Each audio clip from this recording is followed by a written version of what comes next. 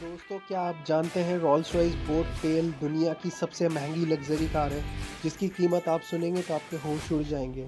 जी हाँ, इस कार की कीमत 202 करोड़ इंडियन रुपीस है। इस कार को बनकर तैयार होने में लगभग 4 साल का टाइम लगा है। ये एक 4 सीटर लग्जरी कार है जिसकी लंबाई 19 फीट है।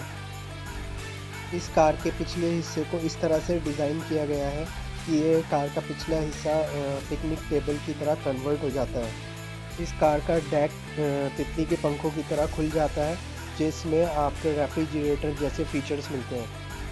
तो